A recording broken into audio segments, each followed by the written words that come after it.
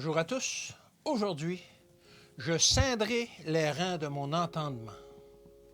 Saignez les reins de votre entendement, soyez sobre et ayez une entière espérance dans la grâce qui vous sera apportée lorsque Jésus apparaîtra. 1 Pierre 1, verset 13. Un travail personnel incombe à chacun de nous. Il s'agit de ceindre les reins de notre entendement, d'être sobre, de vaquer à la prière, que notre esprit s'attarde longuement sur tout ce qui peut développer nos facultés morales, que nos idées soient saines et nos méditations honnêtes, si nous voulons que nos paroles soient agréées de Dieu tout en étant profitables à notre prochain.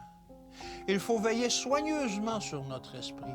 Ne le laissons pas envahir par des pensées qui pourraient porter atteinte à sa vigueur ou qui pourraient la détruire. Pour prévenir ce danger, semons-y une bonne semence qui lèvera et produira les branches chargées de fruits. Lorsqu'un terrain est laissé en friche, il produit rapidement des chardons et des ronces qui épuisent le sol et ne sont d'aucune utilité au propriétaire. Le sol est rempli de graines que le vent transporte de tous côtés. Si la terre n'est pas cultivée, les graines germent spontanément et étouffent les plantes précieuses chargées de fruits qui luttent pour leur existence. Si le sol avait été labouré et ensemencé, ces mauvaises herbes auraient été supprimées et n'auraient pas pu se développer.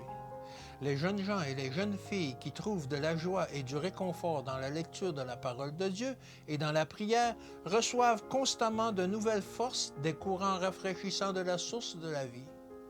Ils atteignent un niveau moral parfait et acquièrent une largeur de vue que les autres ne peuvent concevoir. La communion avec Dieu favorise les nobles pensées, les aspirations élevées, les perceptions claires de la vérité et les buts sublimes dans l'action. Dieu reconnaît comme ses fils et ses filles ceux qui sont en relation constante avec lui.